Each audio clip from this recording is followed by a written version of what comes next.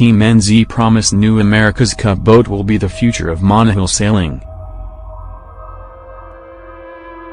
Team NZ promised new America's Cup boat will be the future of monohull sailing.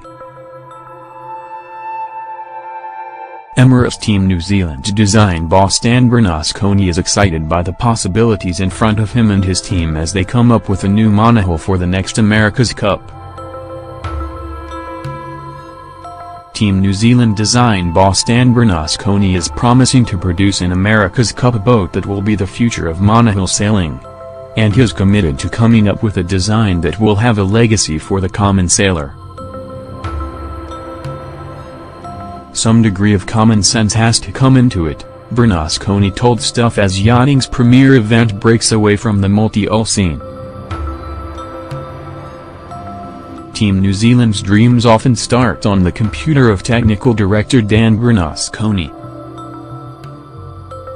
We want to keep this in some way related to what people can sail at a lower level than the America's Cup. That's a primary reason for going away from cats. The majority of people sail monohulls, Bernasconi said. Emirates Team New Zealand's radical innovations set them apart in Bermuda as they won the America's Cup from Oracle Team USA. We don't want to go too crazy. We want to develop a class which can certainly become the future of monohull sailing, Bernasconi said. Monohulls are going to be an exciting development for us.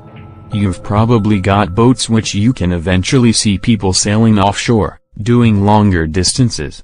I think that's important as well. Bernasconi's team remain buried in their work, facing the deadline of November 30th when more details of the radical monohull will be revealed and the class rule must be finalized by March 31st next year. Potential syndicates for the next America's Cup in Auckland in 2021 are watching with interest and awaiting the measurements that will govern what promises to be a more open and exciting design race than Bermuda, where one design elements were prominent. But the ability to transform monohulls much the way the America's Cup revolutionized catamaran sailing hangs heavy over the design computers. We are starting with a clean sheet, looking at what we can do with monohulls to bring them to a really high level, Bernasconi said. Team New Zealand were instrumental in pushing large catamarans to new performance levels in foiling and power at the last two America's Cup regattas, and that is now Bernasconi's challenge. So much work has gone into multi-hulls over the last 7 years or so, and we have seen a complete shift in what a multi-hull looks like at the top end of the performance range. So it's exciting to see what we can do with monohulls. He said having the ability to build two boats for the campaign was important in a new class where performance boundaries would be constantly pushed. He didn't believe the doubts about the ability of monohulls to foil into the wind should be a handbrake. It's something we are looking at. Every boat has pros and cons. There are conditions where the AC-50s weren't good upwind in really light conditions. In subfoiling conditions, a boat that is designed to foil is never going to be as great as a boat that is designed to be a really good displacement boat in high winds. That's part of the process. It's not just making the highest performance boat we can, it's making a boat that is good for match racing.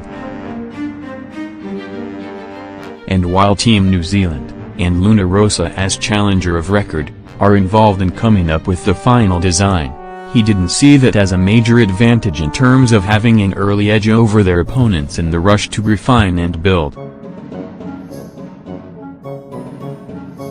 It is certainly a really interesting process for us looking at the realm of concepts.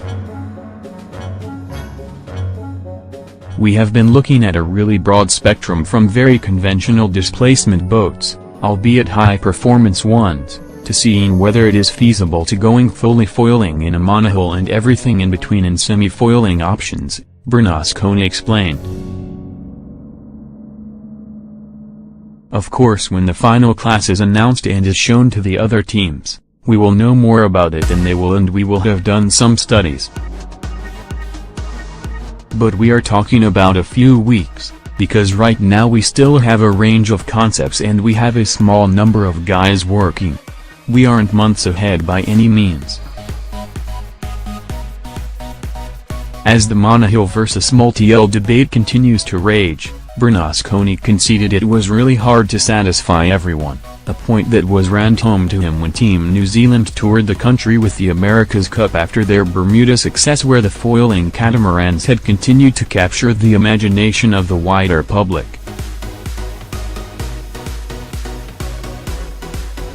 I talked to the public about what sort of boat they wanted. There was a real split between people saying they would love it to go back to a real traditional boat and people who absolutely love the foiling boat, he said.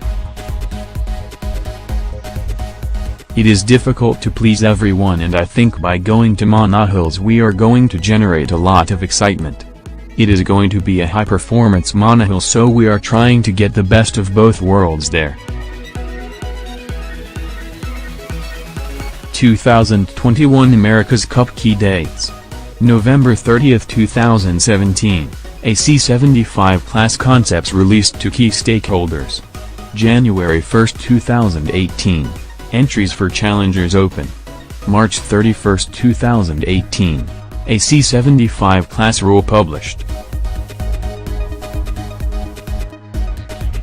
June 30, 2018, entries for Challengers Close.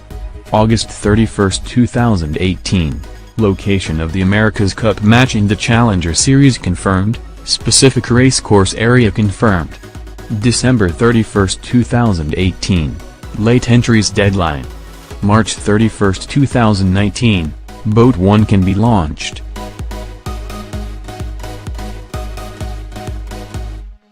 Second half of 2019, 2 America's Cup World Series preliminary events. February 1, 2020, Boat 2 can be launched. 2020, 3 America's Cup World Series preliminary events. 10th 20th of December 2020, America's Cup Christmas Regatta.